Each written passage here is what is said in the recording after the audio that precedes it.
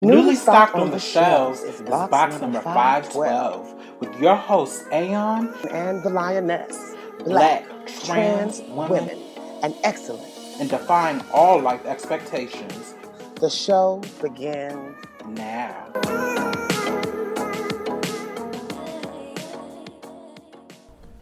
Welcome back to the Box Number 512 podcast, Grown Black Trans Women Talk. I'm your host, Eric. With me, as always, is my co-host, Chris. Hey, ladies. Hey guys, welcome to the Trans Talk for Men podcast, the show all about trans attractions and trans relationships. And my name is the Lioness, and as always, I'm here with my lovely co-host, Aeon. Hey y'all. Wow, we are all sorts of dumb. I love it. I just want to get this kicked off real quick. Hey everybody, welcome to Lioness, welcome Aeon to this very special combo show, first time ever in TTFM history, and I assume in box number 512 history. Now, I've listened to some of your stuff and I didn't hear it, but if you consider some of your other shows combo shows, please correct me on that. How are you ladies doing? I'm go first, Lioness. Oh, I'm phenomenal. Dipped, smothered, and battered in the abundance of life and liberty and the pursuit of happiness. Now, you're smothered and battered, but the next step to that is being fried to make it delicious. Well, you have to bring me the heat first. Oh, well, fair enough. Chris, I'm leaving that one to you. She sounds ready for that heat, my friend. You are the single dog here, so. No, I can't do No, that. I'm actually not single either, purely joking. Oh, okay. What's up? Just talking shit or whatever. You know, I fall back into it every now and again. Yeah, her man will be waiting for me in the parking lot. I'm good. Yeah, he'll come to get you. So, like I said, thank you, ladies, for joining us. Got a super fun show. You want to lay down for the guys what we're talking about? Guys and girls, what we're talking about. So today we wanted to do a combination show. We are definitely going to have a main topic that really speaks to relationships, interpersonal relationships between trans women and trans-amorous men.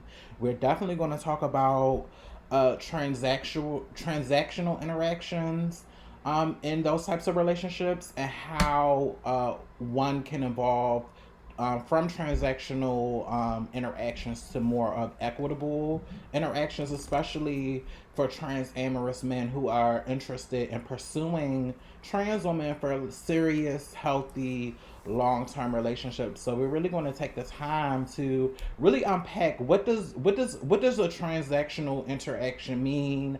How did we get there? And how can we really evolve so we can really have mutually beneficial relationships on both sides between trans-amorous men and trans women. So we're definitely going to take the time to unpack that. But before we get to that, we definitely want to ask some questions and just open the conversation up before we just get to it. So Absolutely.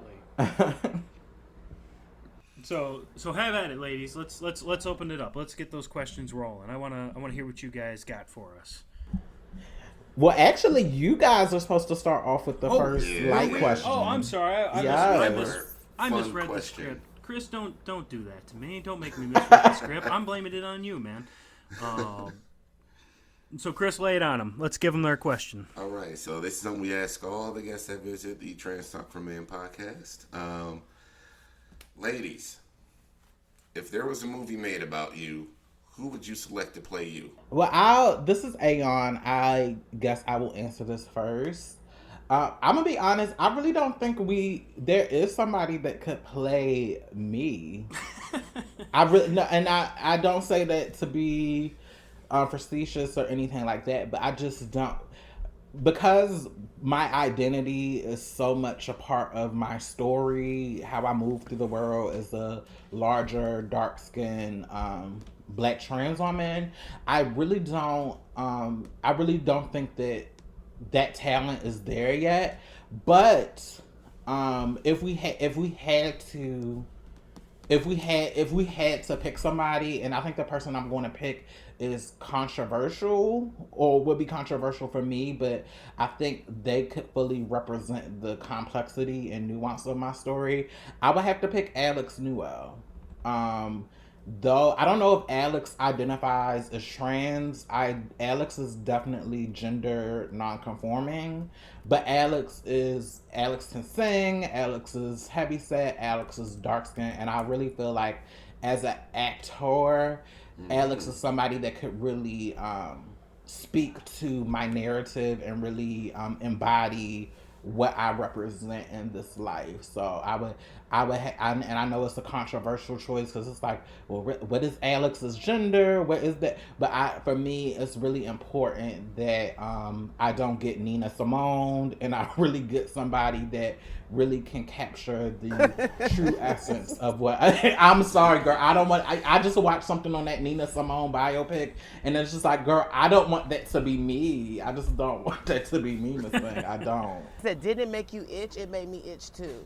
I think the thing that made me itch more is the fact that Zoe Saldana, like, really. That's what made me itch. She was really being oblivious to why it was problematic for her to take on that role and for her to not recognize that colorism played a part in why she was able to get that role over other people. Yeah. Well, that is out of my depth. I have no idea what documentary fire, you guys are talking about. Well, just to give it some background. So Nina Simone is a very famous black singer from the civil rights movement. You do know who Nina Simone is, correct? Yes, I've heard of that. Yeah, but I didn't know there was a documentary. No. It was a biopic that was done about 5 or 6 years ago, where they picked a light-skinned Dominican woman to portray Zoe Saldana. Yeah, to portray her. Zoe Saldana looks nothing like Nina Simone. They put Zoe Saldana in blackface, put a prosthetic nose on her, put an afro wig on her, and she looked odd the entire movie. And it was a big backlash from casting her, even from Nina Simone estate, because part of Nina Simone, who she represented, she talked about her dark skin in her music. She talked about her big nose, and she also how talked hard about it was for her as a dark skinned woman to be able to navigate in Hollywood. And so for them, Right. for Hollywood to do, she actually ended up losing money because of losing money and losing bookings, and only able to work overseas because of her connection to the civil rights movement. She was ostracized. So then now you have all these years later, you find the least black woman that you can physically find, and then put her in the darkest makeup and find a wide nose and put a wide nose on her, as if you can't find beautiful dark-skinned women, as if they're not a whole world full of actresses that don't get work who exactly look like Nina Simone. Well, I see that strikes me as humorous, not because of the whitewashing of what Hollywood does to people. That, of course, isn't humorous. But the first thing that I thought of when you were talking about how they put this lighter-skinned girl with, they had to do all of her makeup and whatever, the first thing that pops to my head is, well, they might as well have just casted John Travolta to do his thing in Hairspray. Right. Exactly. Right. Exactly. And no, John Travolta probably would have did a better job than she did, if you want to be honest. If we're you being see that hair? transparent. Okay, so But anyway, that was just a question response, Brianna. Did you finish your thought? Yeah, I'm finished. Okay. All right, the Lioness. Let's hear it. Well, I had a few people, and then she mentioned that she was looking for someone that maybe could, because as a trans person, it's very important that the person that play you maybe can even speak to that experience, kind of what we were talking about. So I'm going to say Brianna Jenkins, and here's why. Me? No, I'm teasing. she's gonna play herself and you. That's Buko bucks right there. Well, she said she was a thespian. I really wanted to see where she could go with this. Oh, absolutely. Oh, I mean, absolutely. That's money in the bank right there. But no. I actually would. So it's almost kind of odd for me to say this because I would like to play them. But Cheryl Lee Ralph is someone that I would like to play me. And then and the younger me, I would like to be played by Tika Sumpter. Yeah. Not older you and younger you, bitch. Work. Oh no, Cheryl can't do young me. I like. We've never had the answer of younger and older me. I love that you've got the whole span. You're like, we're going all life. So who's gonna play the older you is the question. The oldest me? Yeah, Oh, the that's oldest you. Cicely Tyson. I was just about to say Cicely Tyson, bitch. Work. Yeah, Cicely Tyson will definitely pay me when I'm 90. But this story that we're coming out won't be until I'm old anyway, so it'll be able to showcase the 3 women. Okay, good. I mean, Yeah. we want to get as many actresses as we can. That's That's the bottom line. that's right. We're just trying to get people work. That's what we do on this show. All right, girls. Thanks for answering that. Now, I do believe you have a question for us. If it's your turn, if I haven't gotten the order wrong again, made a fool of myself twice. No, you didn't make a fool of yourself the first time, and it is us, Brianna. I think were we going to start with the nice question? No. The question, that's all you. Oh, it was that's all me, so there's yeah, just it's one all question, you. and it's not necessarily mean, but it's actually but it's actually intense, and so I would like for both of you guys to talk about this. So first, we are interested in having a podcast that centers the conversation around Black trans voices, and it's important to do that and to have our allies on to support us. But we want to make sure that anybody that comes on our show is able to articulate what exactly you think your place is as an ally. So my question to both of you is, what do you think you do? What do you do now to are you now doing to be a better ally for Black trans women? And if you think that there's room for improvement, what is your strategy to be better in showing up for us in the future?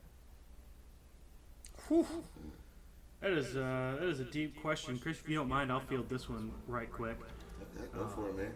All right, so I'm gonna break this down into 2 parts. What am I doing as a trans ally? What's my role as a trans ally? I want to break that. I get that I was specific in saying Black trans ally. And I say Black trans because we are a group that we're speaking for that community, and we want to know, do you consider yourself an ally to us as well? Absolutely. Okay. Yeah. No. So I can definitely do that. Put that one together. So, do I consider myself an ally to Black trans women? Absolutely. I hope to be as best an ally to the Black trans community as best as I possibly can. Now, I am a white male, and I grew up in a very rural town. And what I mean by that is that there was not a whole lot of diversity in where I grew up. So I strive to be as best an ally as I can with the limited knowledge and experience that I have. Now, the part of the question that resonates more with me is, what can I do to grow as an ally? Which is, what can I not do to grow as an ally? It is simply my job to keep my ears open and continue to learn and understand that a community that is different than mine has a lot to teach me, and I can be there to support this community as best as I possibly can. And I can also hopefully use the status that society has afforded me as a white cis male to assist really our Black trans sisters and brothers in whatever they might need. So I would consider my role specifically to be one of support and learning as best as I possibly can, and to share whatever benefits I've been afforded by society with those who have not been afforded those same benefits. Thank you for sharing that. Chris, did you have anything to add?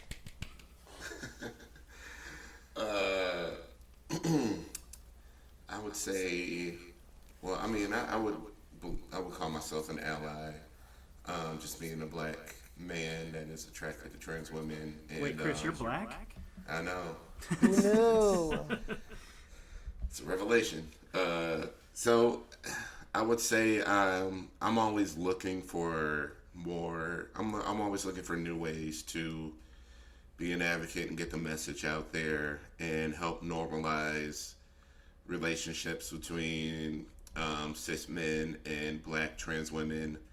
And outside of doing the show, I'm part of the we're part of a Facebook group that mostly is populated by black cis men that are attracted to trans women, and I even talked to a lot of guys who are fairly new in their attraction and really trying to sort things out for themselves. So I definitely help out on that point, because the more educated we get a lot of these young guys, the more lives we can save. But I actually am interested. One thing that I could do that I'm thinking about doing is, doing like a YouTube series, and I really just want to get more stories out there. And just the more we get the message out there and broadcast it out there to the masses, the better things will be. And hopefully one day we can completely eliminate whatever stigma the black community puts on cis men for dating trans women, black trans women. Thank you so much for you guys' response. And I know that was one of those things, and very early in a conversation that could be very deep. And I do want this to be a light conversation. Brianna and I both are committed to having a good conversation with you guys. But I wanted to start that out because I feel like sometimes in navigating in community, our men play a tertiary role. And it is still supportive in the sense that you're supportive to me as an individual. But but part of this conversation and why I'm excited that you guys are here with us today is because this to me is being an ally. It's also engaging with others in community and getting to know the framework around the women that you like, not just the individual that you like. So thank you so much, guys. Right. Certainly. Yes. We certainly try our damnedest. Now, that doesn't mean that I don't always fall on my face, because I do, but that I certainly give it my all. Now, Chris is always the gentleman and always perfect, so there's no worries about that. Perfect. Oh, yes, you are. Yes, you are. Miss Aeon knows. I got my own struggles, man. I got my own struggles. But it's really just talking it through and just and this goes to what I made a point of in the previous episodes on the Trans Talk for Men podcast. I think it's just best that a lot of guys out here really they don't fanatically search for relationships. I think search for romantic relationships. I think building platonic friendships with a lot of women in the community is definitely the route to go, because you'll have, obviously you'll learn so much more, and then you'll also have people to bounce ideas off of. And a lot of times we as men, we got to check ourselves. Like we fired up and we thinking things are one way, and we check with our friend like, okay, yeah, I was wrong. So that's really important. And that can be, and it's not just friendships. Of course, friendships play a huge role in it, but it's connections. It's connections with the community. It's understanding with the community. It's entrenching yourself in however you can do that the best you can to learn. It's about being open to learning and sharing an experience that wasn't always yours but might be somebody else's. I think is. You hear that, fellas? Yeah. Learn, fellas. It's good Evolve. to be. School is not out. School is in. Now I have a question for you, gentlemen, and this is interesting because I think this is just something that came up as you were asking. So you talked about this evolution and how like even in you being allies, you sometimes fall on your face, you sometimes make mistakes. Can you tell us in this journey, because you guys have been doing this a while and we're newer to the game, in this journey, what were some mistakes that you made, or is there a conversation or something that you now listen back on and it's kind of cringeworthy, and how do you handle that as thought leaders, right? Like you're taking this position, you're speaking, the name of your show is Trans Talk for Men. So like listening back to some of your episodes now that you have evolved, how do you think that you've evolved, if you have, and if so, how do you feel when you hear those episodes? Good question, sis. Good question. Chris, you wanna Yeah, no, I'm definitely ready for this one. I will say there are some. I do feel that way. Sometimes when I listen to some of the older shows, but I would say in the long run, our show has, when it started, it was mainly to have guy talk, locker room talk, like.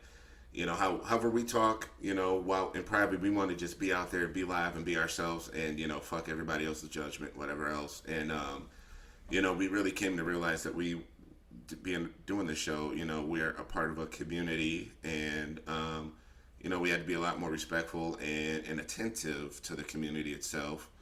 And so we really changed gears from let's just say having more conversations about women and their bodies, maybe, and more conversations about advocacy and things that guys can do to help. And we've definitely, advocacy has been something that is a part of the show now that was not considered initially at all. And Yeah. I want really quickly one more thing. I've gone as far as to all out apologize for any comments, for actually specific comments I made towards certain people that are public figures and trans. So I'm not above apologizing and being called out for saying certain things here and there. So I've definitely reevaluated some things, and I've come back and said, hey, I was wrong. I gloved up, and won't happen again. And I apologize to this individual. Thanks for being your honesty there. Eric, did you have anything? Oh yeah, well, I was going to say that the show was like Chris said, the show started originally with more locker talk, and I think what it was when we started the show, it was advocacy before we knew it was advocacy. And what I mean about that is, looking back on it now, it was always to reach these fellow trans-amorous men and speak to them and speak truth to their experience and speak truth to what's going on and really encourage them to come out. But it wasn't in the advocacy role that we had thought it was at the time. It was simply, we just want to, like Chris said, we want to talk and we want to be real, and we realized that, holy shit, this is advocacy, and we really have to shift this more towards being advocates for this, being advocates for the trans community, being a supportive role, and really putting our backing into that position. So it was a sort of, we took, I don't want to say the wrong turn, just a different turn at the beginning than we have taken in our later episodes that we've taken now, and it took us some time to learn. But I think that's, and of course, as Chris said, we're not above saying that we made a mistake in the past show, or that our opinions have changed, or that we've learned something new, or that something has come to light, or we realize this or that. And it's not any of that. It's simply, I see it as how we charted our path and how we've gone through and learned so much throughout the year that we've been doing this. And hopefully we continue to use that background to get better. So is it embarrassing, some of the old stuff? Yeah, sure. But am I going to forsake it? No, because it helps. Those are the building blocks that we're working on now to make the foundation for something even greater.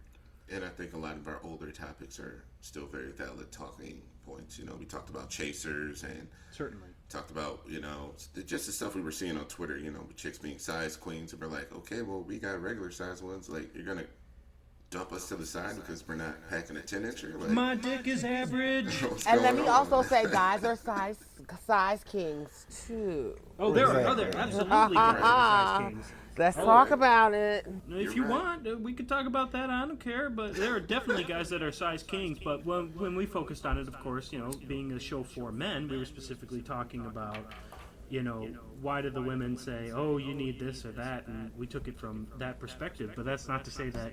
And see, that's the thing, is that we've learned since then that it isn't a one-way road either direction. True. So. Well, let me say, just from listening to your show, because it's funny, after Lioness and I started the podcast, it's very funny how the universe works, how there was already this community of podcasts and this community of thought leaders in this specific area of community that I was able to come across, and I definitely came across your guys' podcast. But I like the fact that there's been an evolution from episode 1 to your episode now, because that's how life works. We start at one point, then we get exposed to different people, we get exposed to different ideas, and we start to think about things from different perspectives. So I think I think it's admirable that you can openly say, hey, I made a mistake, or hey, I didn't consider this. I'm trying to grow. I'm trying to learn. I'm trying to, and not necessarily be a better person, because you necessarily weren't a bad person when you had those thoughts. You were just at that stage of your life or your development. But it's just been refreshing to see, as you come in contact with more people from community, how you've been able to evolve, been able to grow, still been able to keep your truth, because I think that's important, because we don't want folks to get too PC, because I think that's a problem, because then you are trying to avoid controversy, but you're not really being truthful about how you feel. Right. But as a listener, it's just really been great to see you evolve, and to see you step your game up, because that's what's needed to maintain longevity. And even on our podcast, I think Lioness and I, we stress that these perspectives, we are not authorities on these topics that we talk about, but we are just speaking from our point of view and our life experience. And should we ever have a situation that is offensive, it's something that I'm willing to apologize about, but more than that, it's something that I'm really willing to talk about and unpack, and engage people, instead of engaging in cancel culture and just killing the conversation, because I really feel like it's the conversations that really get us to open up and see the humanity in each other's experiences. Yeah, and to potentially grow from that experience is what I hear you saying. And I wanted to say that I know that we appreciate, you were saying the show has evolved from episode 1 to episode 24, and it's that appreciation for people who listen to that and give it the chance to evolve that really helps us evolve as well. Because those who listen to episode 2 and don't listen to episode 22, and they go, nope, it's the same episode all 20 times, nothing's changed. And, that's unfortunate, because they never give it that chance to see that things have changed. We get our biggest problems from the one episode listeners.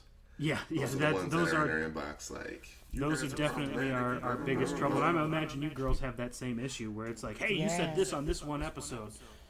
Mm-hmm. Already, we've had people that are like, that will zero in, because people that want to be mad are gonna be mad, and there's nothing you're gonna be able to say to assuage certain people, especially those nitpicking people that are going to like find the one soundbite on the one clip where you said something that may out of context sound completely horrible, and then they'll be like, oh, cancel them, they're horrible. And it's like, wait, so you didn't listen to the other hour and a half of that conversation to see what I might have been trying to say, nor are you investing in my podcast enough to know me as a person. So you just have to kind of, at a certain point, be like, I'm going to just let sleeping dogs lie, and I'm sorry if I offended anyone in the ethos, but I don't really care enough to like really get invested in everyone's opinion. Well, see, that's actually what I did before doing this joint show. Is I went through your guys' podcast and I just spliced out fuck white people on different shows, and I went, oh my god, I went, these ladies. No, I'm just kidding, of course. And I also think our podcast is provocative in nature, but we're not provocative in an inflammatory way. I believe that, and it's at least my intention, that we're provocative because we're bringing a different point of view to the table that nobody even thinks about or nobody even cares about. And it's necessary. And I think Lioness and myself, we both know that a lot of these conversations are uncomfortable. Hell, they're even uncomfortable for us to talk about. And we have some episodes coming up that's really going to make us go there. But these conversations are so necessary, because we are more than the stereotype that cis people try to create of our lives.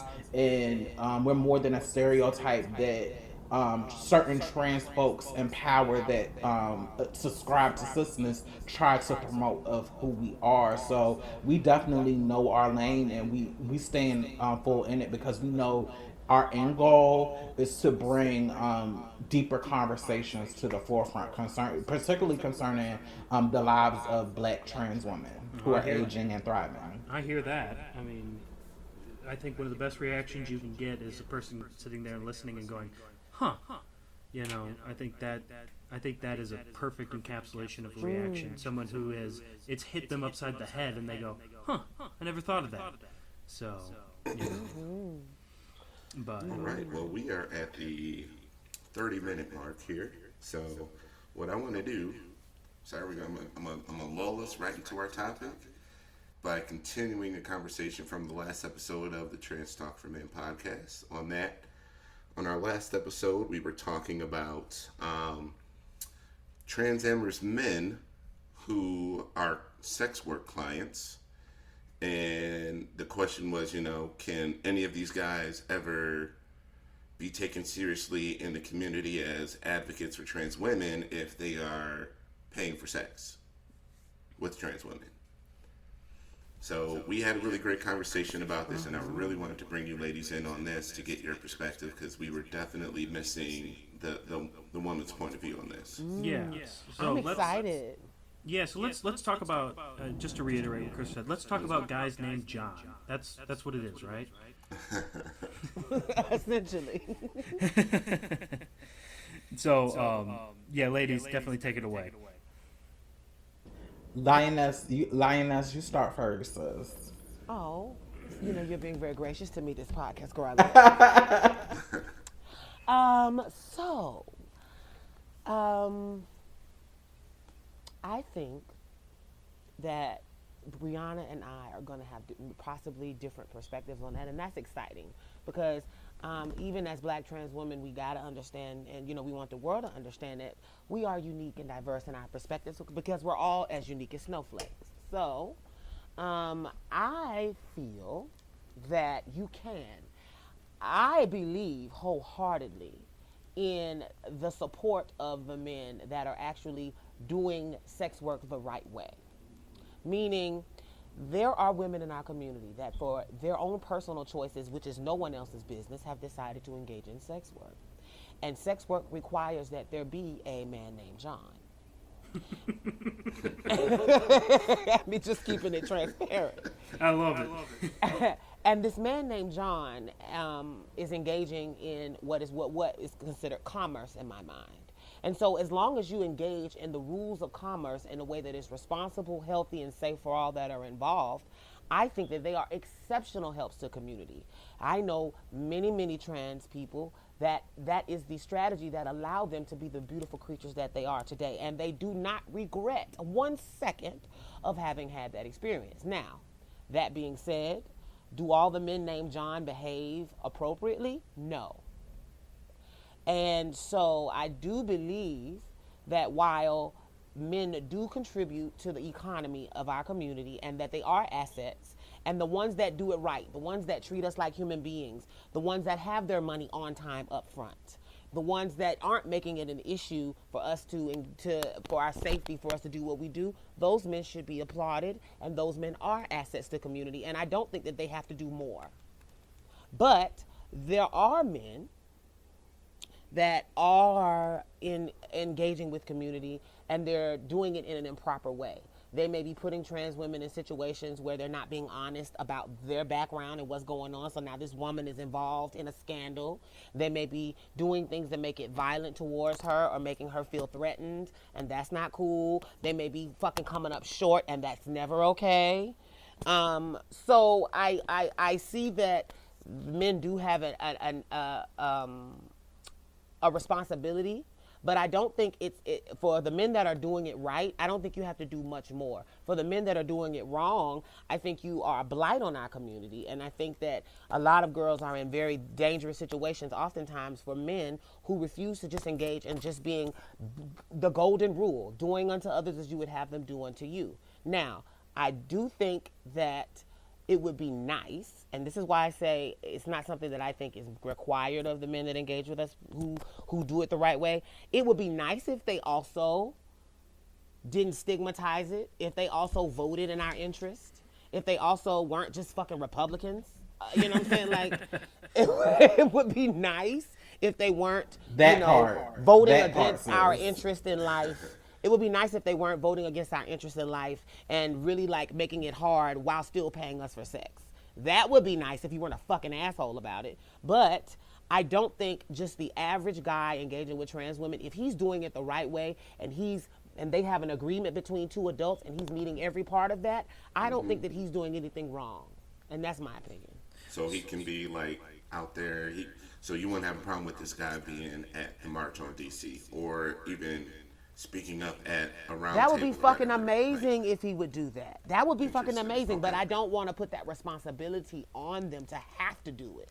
I think that if they are doing what we've as two adults agreed to do and you're doing it professionally and responsibly, I don't really think that you have to do more if you're paying me my funds. However, it would be nice if you could. But what I don't want is for men to then, okay, because I'm paying you money, I can vote against you in your interest. I can talk bad about trans people or be transphobic in my day-to-day. Now, that's a problem. So, Aeon, if I can jump in before you get into this, I want to say that it sounds to me, Lioness, that what you're saying is a lot of it is simple respect. Respect Yes. for what is taking place and respect for the transactional nature of it, but also respect for the person and their dignity in this situation.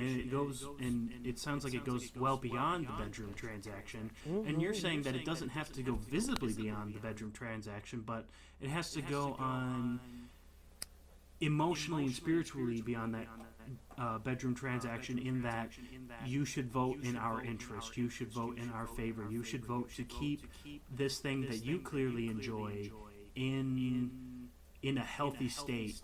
And what I mean by this thing, I mean That's an the excellent sex, encapsulation of what I'm saying. Keep the sex talking. relationship.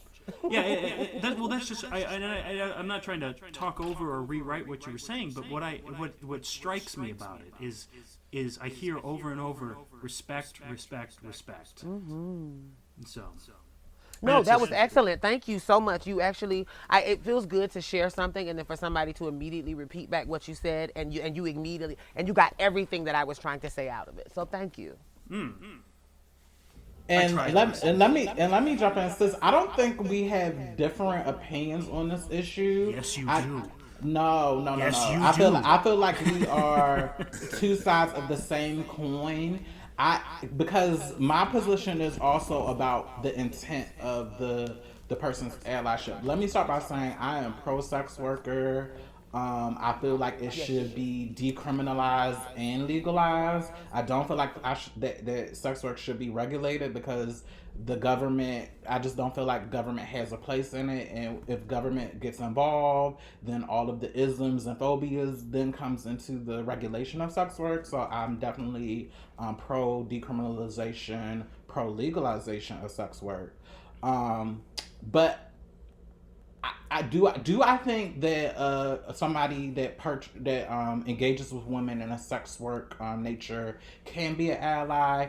Yes, I can, but I'm always questioning intent. And the specific question that comes to mind for me is, would that person still be an ally if that allyship meant that trans person who's in sex worker could be liberated to the point where they no longer had to do the sex work and they would be on the same playing field economically, legally, professionally as the man that is trying is the very man that's trying to engage them in sex work. I just just knowing people and just knowing humanity, I feel like people only want marginalized people to get free, but only to a point where it doesn't challenge their own privilege and it doesn't make their own life situation uncomfortable. And I just feel like we can't bury our heads in the sand. Though you can voluntarily choose to go into sex work, I don't think we should be fools to say that every trans woman that's in sex work is there by choice. I think we can't ignore the fact that there are a lot of life situations and circumstances that that makes it more likely for all of us to engage in sex work. So I just want people to be mindful that though it is a choice, there are a lot of people that are just doing it to survive. So if you really are intentional in being an ally, I think you should go in knowing that is more than giving people the right to do sex work. It's also about giving the people the right not to do sex work if they don't want to. Because I've come across so many men that are comfortable with me engaging in sex work, but they're not comfortable with me being a co-worker or employee of their organization. So I just kind of want to bring that perspective in. If these men are really going to be allies, that must also include liberating trans women so that they also have the option not to do it if they don't want to, and they also have the right to be systemically supported if they make that choice, and still be desirable that these men by these men who are paying for their services. So I think I just wanted to bring that perspective in. Yeah, and they say that equality to the powerful feels like oppression, and that's what I hear there is that those who are in the positions, if they were to say, yeah, I like you in your lower societal state than me, in your lower class than me, but if I were to bring you up to a class for me, what would that say about me? What does that say about who I am? How does that affect my life? So I hear what you're saying, which is focus more on, if you're an ally, you can partake in sex work, but do so truthfully, in that your end goal is the well-being of this woman. Whether she's in sex work or whether she's not in sex work, and I think this leads into our larger conversation about the transactional versus equitable relationships, because a lot of times men first encounter trans women in these sexual environments, whether it be sex work, whether it be pornography, and they don't really have the skills to evolve from that transaction. So these things don't just happen in a vacuum. If you're engaging me like a trick, you're also going to bring that trick like energy to a relationship with a trans woman, and we're going to unpack that later. But to me, all of these things are connected. Yeah, for sure. Chris, jump in here, because I'm tired of running my maw about it. So. No, I just really wanted to get, the ladies' opinion on this, because, what I typically what I've been seeing is, I've been seeing a lot of trans women have a certain dismissive, negative attitude towards guys that are clients of another trans woman or themselves. And, they're just like, oh, well, he's just like, they just call him, oh, he's just a client. And I've actually heard that, in response to our show, I went and dropped a link to our show and told everybody about it in a Houston trans group that I'm in. And one of the ladies like, oh, he sounds like they sound like just like my clients. And I'm like, okay, well, your clients are guys, so they probably do sound like us. Like, I don't know what you want, but it's just like it's kind of it's just really kind of like being dismissed as, a chaser or whatever else. And, I have somebody in my life who does take part in sex work, or he's a client. He pays trans women for sex. And I'm just like, this is a young dude I care about. And I would love for him to elevate and be somebody that people can look up to and a role model for somebody else. But I don't want somebody to look back in his history and say, oh, well, he used to pay women for sex, and now nobody can take him seriously. Like, he's instantly invalidated. So I was really worried about that, and that's how we really came to this conversation. And Lioness, I'm gonna let you speak. I feel on your spirit you want to jump in, but I just want to say that these conversations are like new. They're new, so I think we have to open ourselves to the idea that a lot of like problematic things are initially going to be said on both ends, but this is a conversation, unfortunately this is a conversation that a lot of skeletons are just going to have to fall out of the closet, and we are really going to have to talk through some of these things and work through some of these things. I know that we on Box Summer 512, we are more than up for doing a conversation, but I feel like because everybody is, because we're in this area that we are now in transgender visibility, everybody's trying to present this polished PC image of themselves, and we're not really unpacking our skeletons from the trans feminine perspective or from the trans-amorous men perspective, and we're really not getting to the root of why there's issues. And that's what causes this confusion. That's what causes us to project these things onto each other. So it is my hope with this conversation and with our respective podcasts that it really leads to more meaningful conversations, so that when as more, because trans amorous men are going to become more and more visible, and we as trans women, it's just nothing we can do about it. What we can do now is really set the stage for, or and model how these conversations should go, so that we're not re-traumatizing each other and we're not triggering each other. It's a new conversation, and it's a new conversation for both the men and the women involved in this, in that we haven't tackled this conversation together yet. There may have been some sort of conversation amongst our separate groups, but it's something that needs to be brought together to really talk about. And I think that you're right, that we have to avoid not all of the PC-ness, because of course we don't want to step on anybody's toes or anything like that, but we do want to speak to our truth. You know what we're gonna do is why don't we just segue into our overall, bigger overarching topic, and Aeon, you could really help me paint the picture for everybody.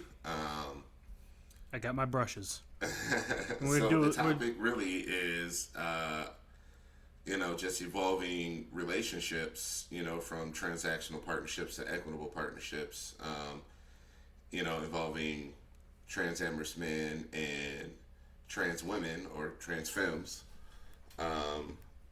Because we were talking about how things start off in the sex work industry, and then also a lot of guys start out from porn, and it's all starting out from like money being spent somewhere, and then they get into it, and then they the guys, they don't really, I don't even know, they don't 100% evolve into like, hey, I should actually have a loving regular relationship with this person. And wait, okay. Yeah, it's all right. So I'm sorry, technical glitches here, guys. So Aeon, could you help me? Because I know you got the words. I just don't. She's got the words. She's got the power. See, I'm over here drawing the happy little transaction, the happy little equity with my brushes, painting the picture. But we need the words. We don't need just Brianna. The picture.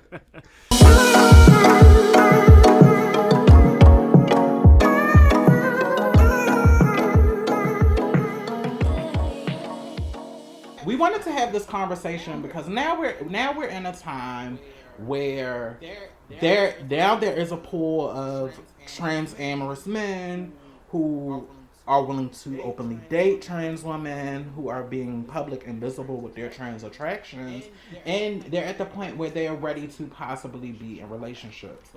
But a problem that still remains, and a problem that I've been noticing in my personal interactions with dating men and pursuing relationships with men, is that a lot of trans amorous men, first we have to acknowledge that a lot of people come into their trans attraction through the sex industries, which can include sex work, which can include trans pornography. And let me say that there's nothing wrong with that. It just is what it is. But the problem that happens a lot of times is when you engage trans women, specifically in those sex industries, you engage them in a way which is transactional, where I'm with transactional in a way where I'm compartmentalizing this part of my life to a specific place and a specific time, and I'm compartmentalizing it in a way where um if I was a trans-amorous man, I only go to that compartment when I want some type of pleasure or when I want some type of satisfaction or when it's convenient for me. And it could have something to do with money, but it's not even about money. It's about the way in which we're able to trans amorous men are able to put their attraction, put these trans women on and off the show, and engage them when it's beneficial for them. So what happens? Go ahead, sis. No, because I want you to unpack it. Because I have a question that is going to be very direct to both of them, and I want to first you to do you do the softness, and I come in with the jab. Okay. Okay. Okay. Cool. So what happens is, once a man comes out of the phase where they know where becomes the attraction and the interaction becomes real enough for them that they want to pursue trans women in the real world, they want to date trans women, they want to partner and be in relationship with trans women. What happens a lot of time is the residue from how they first interacted with trans women, it travels over to this new area of life. And oftentimes what ends up happening is a trans amorous man will be in a full-fledged situationship or relationship or a dating scenario with a trans woman, but they will still engage the trans woman in a very detached transactional way, where instead of a full-fledged nuanced relationship where we're both sharing the fullness of who we are with each other, at least from my perspective, in engaging men who date transactionally, it's like a series of stolen moments. It's a series of, so I never get the full essence, the good and the bad of who you are in those short stolen moments. You're giving me the perfect polished parts of yourself, but I never get anything more than that. You only reach out to me or you only call me when you want something. You only reach out or call on me when it's convenient for you.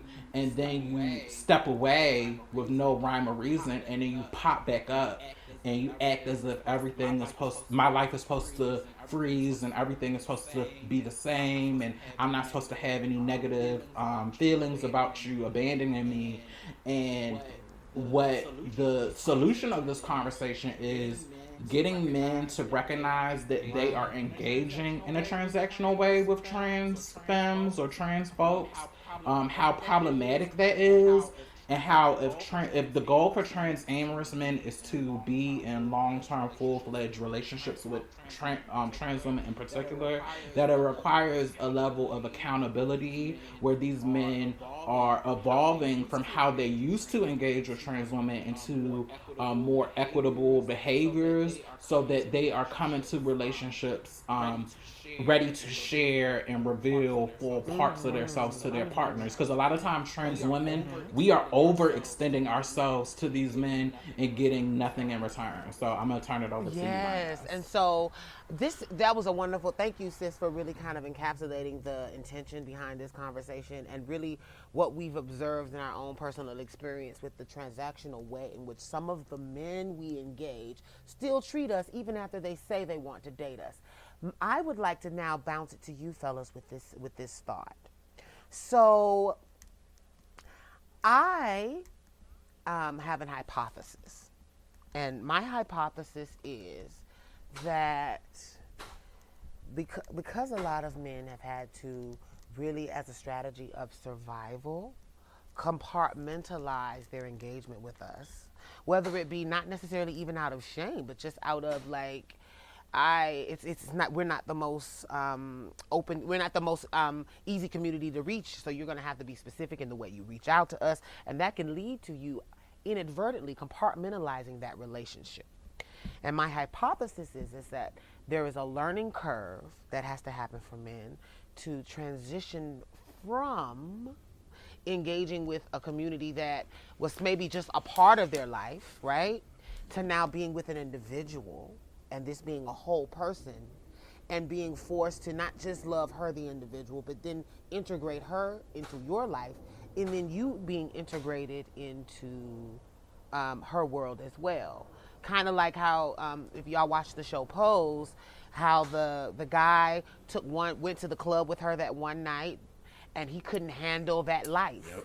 And he wanted her, the individual, but he was torn with him being a part of this larger gay community. And so then being trans attracted, and then connecting that to now wanting to be trans-amorous in a date, how is it that you, my question for you gentlemen is, one, have you engaged with trans women in a transactional nature? And what would and how was that different than when you engage with them as partners? And if you have engaged with partners, was it different? I mean, like, if you have, I don't want to assume, but if you have engaged with trans women as partners, how was that different? I'm in your business. I'm in your business. I'll lead off with this one. Well, no, I've never engaged with trans women in a transactional way. No, I've never. I mean, I've bought a subscription to a website here and there, but that's about it. Well, that's transactional, but So, it's not quite. Yeah, but I get what you're saying. It's not. You never solicited for sex. Hold on. Before you get into explaining, transactional doesn't necessarily have to mean you are. It can include you paying for sex or you go. But I'm talking about the behavior of I'm only dealing with this girl when I need to get this need fixed.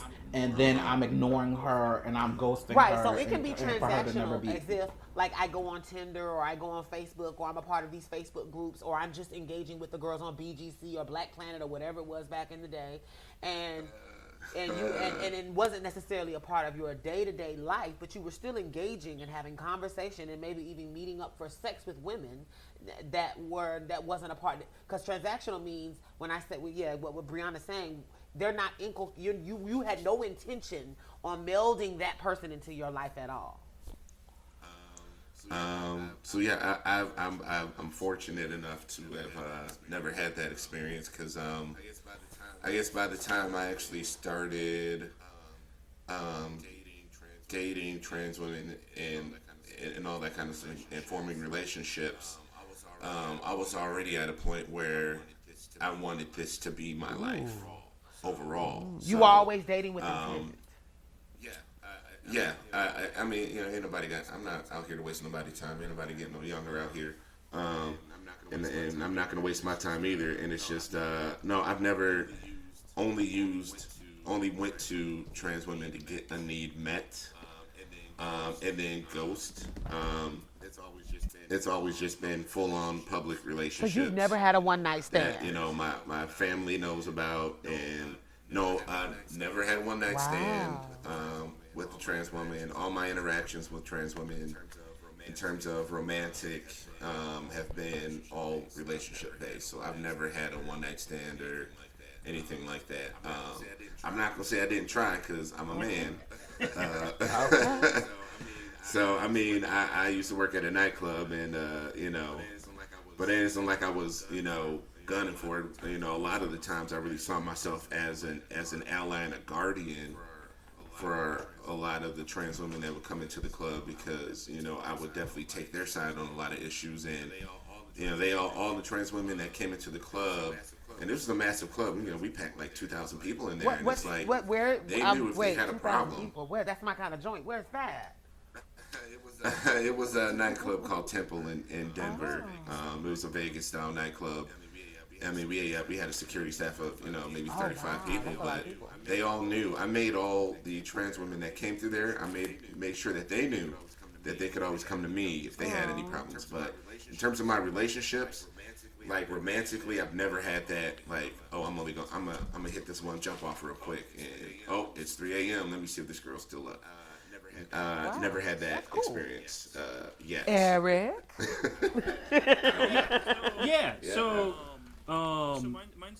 Mine's a little bit different in that I would say that I have had transactional experiences with trans women, not just via pornography, but a lot of that, especially when I was much younger, before I started dating trans women. All of my experiences with trans women was via pornography, and therefore, as Aeon said, more of a transactional situation, where I didn't really know these people. I simply went there to get something where it was almost as if, well, it is as I could put that on pause and only need it when I need it and don't when I don't. But that wasn't to say that I didn't seek trans relationships out.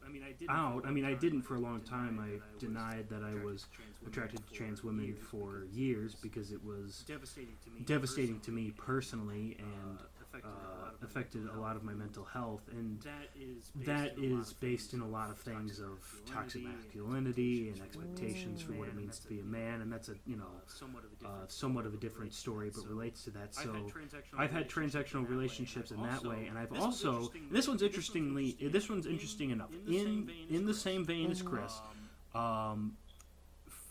for the women, how to put this? It's like my fiance and I. We've been together for 7.5 years, and I seek relationships, not one night stands. I don't do one night stands. I've never done one night stands. As a matter of fact, I've had sex with not that many people in my entire life. But I've also had a transactional relationship with my fiance involved, because we've gone to a trans strip club and she paid for me to get a lap dance from one of the girls. So my transactional relationship was a bit different. It was she was involved in this. She was there for it and she paid for it. So it was transactional for the both of us and with the third girl, but it was also in a it almost felt like a fun, safe, understanding setting. Like, we're here to respect your business and your work, and also here to have fun ourselves. So this is interesting. You guys represent what in my experience, I would say, is a minority of men, in that both of you got to a certain place of awareness, whether it be through being in a relationship and you both deciding to make a choice, or you, like you were saying, Chris, you getting to that place before you ever dated us or began to really engage, that you wanted to sorry, can you hear me? Yes, that you wanted to continue to engage with trans women. So I will say, you guys, I would consider outliers, and I know that in your connections, and I'm sure in your experiences, you've ran across men who have engaged. I think, Chris, you even mentioned a friend of yours with trans women. I didn't know they were family. I was going to leave it at friend, but amen. Yeah, cool. All right. That's cool. Hey, family. What's up, hey, fam? What's going on? What's the gaga? But yes, so it is exciting that you were able to share that. But like, and my hypothesis was based on my experience dealing with men that I feel like meant and intended well.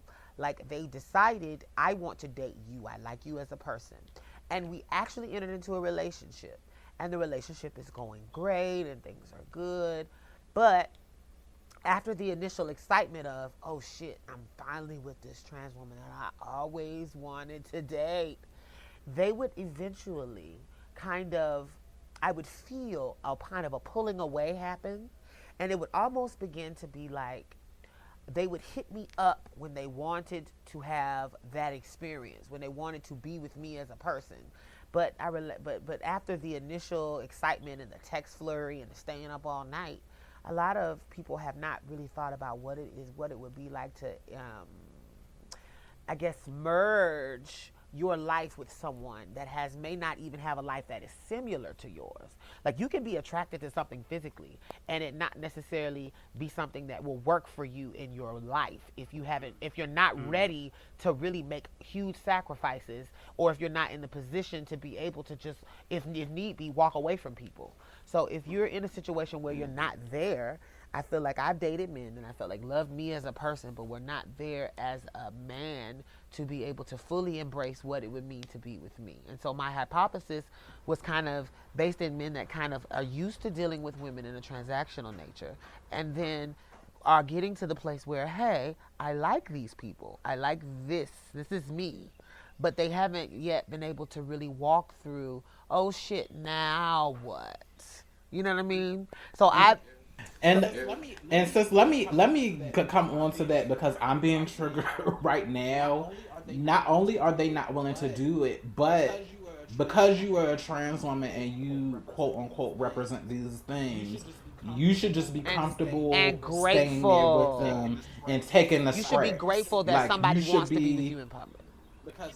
because I literally just came out of a relationship situationship where that same thing, it was very transactional in nature, and every time I would bring up the issue or I would confront the issue, it was like the individual was hitting the brick wall. Like Because in his mind, I I felt take like you places, I do for you, I give you things, right, but he was not actually trying to connect with her as a human. right, or just to go beyond to the point to really create that relationship where we're both equally sharing. It was Like, very you're much in a of relationship with someone when and you know nothing about their real life. right. It's like I show up. When I show up, we have a good time, and then about a week after, I trail off, and then I'm ghost. But then I'm just when you pop up, I'm just supposed to magically accept you with open arms because no other man is You doing said that your for name was you Andrew, in but your it's life. really John. Right. Okay, so I wanna jump in. I wanna jump in on that one. Well, first of all, just to say that we knew his name was Jim. But first I want to say to Aeon, your experience with the transactional, with the guy that's jumping in and out. First of all, what I hear is not so much you as I hear him. I hear him struggling with getting past a certain point, and I hear him having issues with connecting and making a relationship. And then also the portion of I do this for you, I buy this for you, I take you out to dinner. What's the problem here? A lot of men communicate their feelings not on an emotional level, but on a thing-based stuff, qualitative level, because a lot of men are taught from a very young age that you show emotions by the actions that you do, not by the things that you feel. So we try to interpret those feelings and emotions into physical stuff or that sort of way to try to connect to the person. And it doesn't always work because we're speaking different languages, because the girls are crying out for their emotions to be met, and we're trying to meet your emotions with stuff, and there's a mismatch there. There's a miscommunication of sorts. But that is not to say that these behaviors are excusable or even appropriate. It's a learning curve. So for me, before I decided that I wanted to be with a trans woman, before I decided that that was the way my life should have been, that that's the path my life should have taken, I spent years lying to myself, denying, hiding the pornography I watched, hiding what I masturbated to, hiding my sexuality, hiding and lying and burying it up, and it just grew within the inside. Sorry, I'm burping. I was drinking pop, but during the break there, during my break, but so I lied to myself. But what I did that some guys don't do is I spent a lot of time researching what I researched was what is a trans person. And not just a trans woman or a trans man, but what is a trans person? What does that mean? What are these terminologies? What do they go through? What's the psychology behind it? What's the history behind it? And I don't know all the history, but I spent a long time learning. And what I see with a lot of these guys is they don't have the knowledge behind it. And Chris and I have talked about this on the show before, which is it's not the women's job to teach guys everything. You are not a teacher. You're supposed to be a partner. You're supposed to be someone that is cared for. We think that having a partner is a role of patience and a role of understanding and coming at this with understanding, but not necessarily the role of a teacher. And so a lot of these guys have a lack of knowledge, but they also have a disconnect. The only knowledge they're ever given is that transactional relationship knowledge, is that relationship of the porn. I can pause you whenever I want, and you're always there whenever I want. Plus, I see it day in and day out, and I masturbate it to it, and it's sexual, physical, sexual, sensuous, sexy, and that there's a mismatch in the mind where they go, okay, I'm going to take this step. I'm going to take this step to meet my desires, to go into the relationship. And they go, I want this relationship, and they go, hold on, it's not the sex that I keep seeing over and over again, that these are not monoliths of people. They are dynamic and multifaceted and have pasts and futures and wants and desires and presents and sadnesses. And there's that disconnect, because the guy knows that there is a person here, but the guy also has been taught that there isn't a person here simultaneously, that there is something sexual here, and then couple that in with the toxic masculinity of the emotional disconnect, and we get some sort of fissure, some sort of pull that I don't know where it comes from.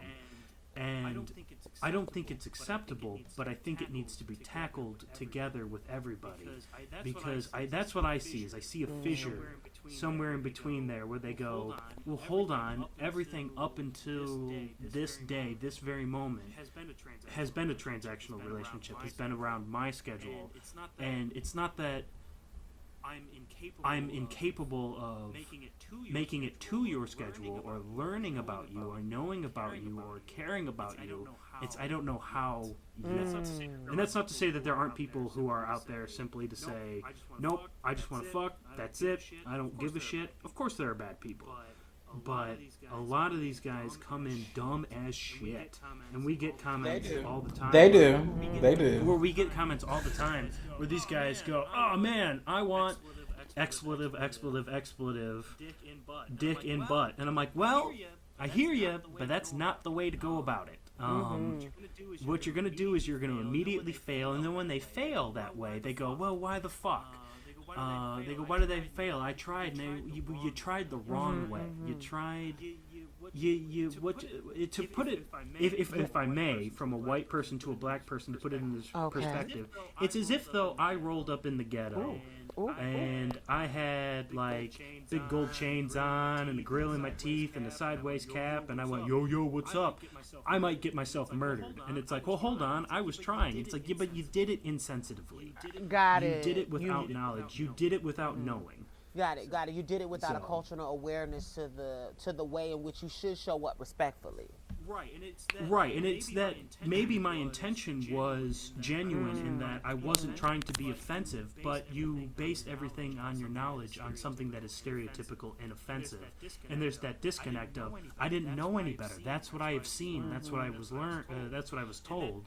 And that lack of knowledge isn't excusable, but it's there, and it's real, and it's something that, unfortunately, those of us who have the knowledge, we have to dig our hands into that grubby mess and work around it. Chris, I would love to hear your thought on this.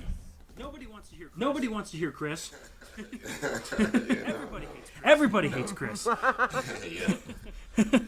No, just the kind of guys that Erik is really, explaining. I'm in a Facebook group full of, trans-amorous men, and, and even in our own inbox, Erik knows this, you get a lot of problematic guys that, they come in and they're like, okay, this is a group to, I'm going to just share porn images, and that's what we're here for. And it's like, no, we're actually here to better ourselves and learn how to treat women correctly, and we're here to teach. Like, we're not here for porn, photo exchangey time. We're here for, to learn and better ourselves, and we want everybody in here to be of the same quality. But, also with the people that don't have the context, that get frustrated and get upset, they jump in our inbox all the time. We have gotten angry guys. Well, I don't know why these women won't do this, and that. It's like, dude, chill all the way the fuck out. Like, there's so many things you're missing here, and it is really interesting, because a lot of these guys are coming from, like, well, the girl that I was paying did all this stuff, and now I'm here, and now these girls won't give me the time of day. No, they also don't. Or they're cheating on me, or they're doing this, and I'm just like, well, I mean, people do that. It happens. It's people, but like it's the level of frustration that and anger and bitterness that builds up in a lot of guys is just it can be really toxic, and they're out there. Yeah, and they also don't understand that these women don't owe you shit. So I was gonna say, like Right. I'm sorry, Brianna, go ahead. Oh, and my motto is because when guys approach me, I don't need because I'm not looking for the transactional thing. I'm not looking for you to take care of me. I have my own money. I'm educated on all of that. So I have all of that covered. So because all of that is covered, when you come to me, you have to be a self-actualized person. Or at least Like, on the all path, that money, right, or on the path, like all of that money and you paying for this and paying, that does nothing for me because I'm interested in the state of your soul and if it matches with mine. I'm not interested. So when you come to me, you have to be somewhat of a good person or a person that's on a path to that awareness. And it's really sad because there are a lot of guys out there that because they're stuck in that transactional mindset, they miss out on a lot of great girls because a lot of times they're just not ready for the level of self awareness or self intimacy that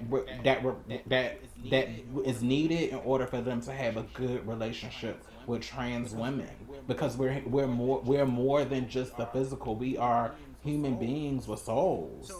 So, Aeon, I want to jump in real quick and ask you a personal question, which is, you said you want your self-realized and self-sufficient, and you want self-realized and men like that. And I want to ask, how do you field the men that are truly interested in you but can only communicate, or not only communicate, but they're taught best to communicate by taking care of their women, and it isn't they're not trying to belittle you or what you have and who you are, but they're simply told that you pay for dinner, you give them a ride, that sort of thing. You treat your woman like she's the queen, sort of thing. Like how do you reconcile with those guys? Because what I hear is you not you saying that fuck those guys and that sort of thing, but that's a question for these guys is, I try to take care of my woman and I try to do the best I can. So how do you field that?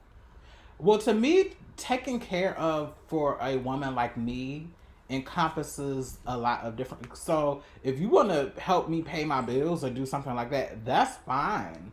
But the woman I am needs to be taken care of in different ways. I need somebody that's going to be an emotional support system when I just go through on this journey of life.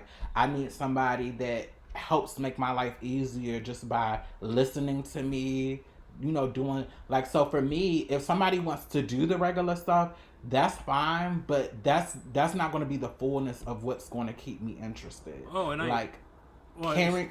Sorry, go ahead. No, I was saying I totally hear you there, and that's what I was saying earlier, that a lot of guys have trouble expressing their emotional feelings and putting their emotional value into emotions in that sense, and then they opt for stuff.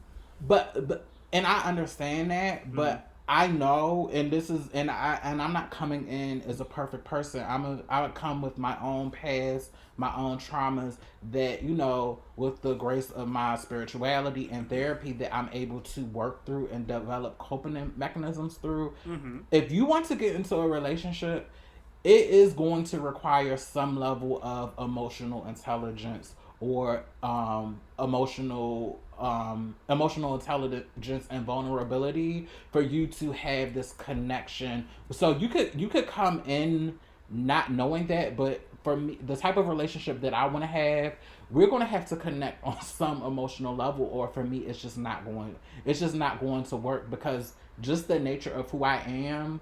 If something is not right or something is on my conscience to speak about, or if there's a problem, the type of woman I am, we're just going to have to talk about it because I'm very empathic and I can feel when something is off or something is not wrong.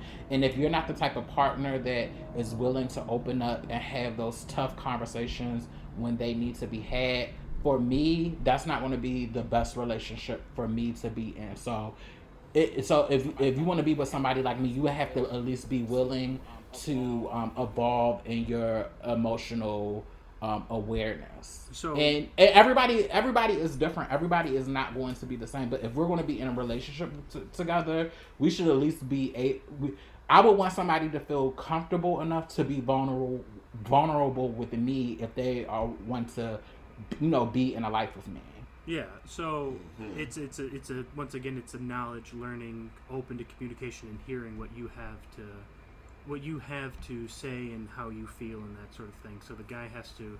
So what you're saying is that it's not a deal breaker if the guy comes in and doesn't have the emotional knowledge to communicate yet, but as long as he is receptive to what you're telling him and perhaps gains that language, gains that knowledge through experience, that's what you appreciate. Yeah, it's not because everybody is on different timelines, and I'm not going to be perfect when I come to a situation we should be challenging each other to be better. Like with my last situation, I broke up with him 3 times because I just didn't want to be because being a trans woman and dating, I know in a lot of ways, because women by nature are wired to do self-work and be intuitive and all of that, in some ways we have advantages over men in general when it comes to being aware of our emotions. And I'm aware with that, but then it gets to a certain point when you're showing a pattern of being resistant where it's just like, well, clearly this is not important to you, so I have to make this decision that's best for me. But I'm definitely willing to not work with them like trying to fix it, because it's not my job to fix you. But I understand that people are forming and people are evolving and people are human, and I'm definitely understanding of that.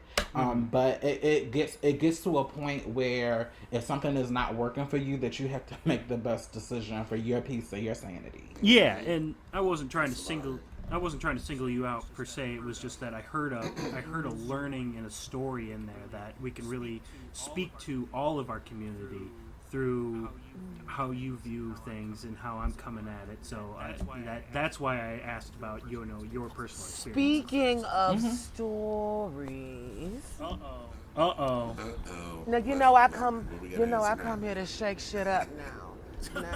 I want to know. Now see, we've been talking and we've been very emo. We've been in our feel box, and that's wonderful. But I know that there are women on this podcast that do want to talk about the elephant in the room. And so What's the elephant? Well, for some girls it's an elephant. For some people it might be just a little nugget. But that is shady as shit right there. My question for you gentlemen is, how did you get to the place in your life where you could say, I like my women with that, with a penis, and with penis. Yes. And how did and once you finally got to that place, how did that make you feel, and did you have any anxiety around it, and what is it like now in dating women? Because and the reason why let me give you the intention behind this question. So in our community, we are definitely very divided on whether or not a real woman has a penis or not, or whether or not she wants to have a surgery. And we know that there are a lot of us that are non-op, and there are a lot of men that love us. And so the question is I would like for you as men to be able to speak your truth, tell your experience about how you came to be liking us, but then also, like, how do you feel about the judgment you can get even from girls about liking women with penises? Hey y'all, this is Aeon. This is the Lioness. And you're listening to box number 512 podcast, Grown Black Trans Women Talk. And we just wanted to remind you guys while you're listening to subscribe, rate, comment, follow us on social media, and share our podcast. And we wanted to let you know that we just started a new feature, Grown Black Trans Women Talk Live on our Facebook and our Instagram live pages. And I'm going to turn it over to the Lioness so she can tell you what to expect. Yeah, so you can expect hot, new, exclusive content. You can expect us having conversations about living, loving, laughing in the pursuit of all of our successes. You'll be hearing us having lightning conversations with other people. It's our way of connecting with you, our listener. We want to make it a multimedia experience. And so please follow us on Facebook Live and our Instagram Live for more exclusive content. And now, back to box number 512 podcast, Grown Black Trans Women Talk.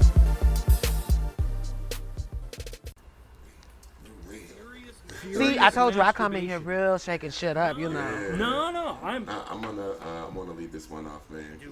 Do it. I've had quite a journey.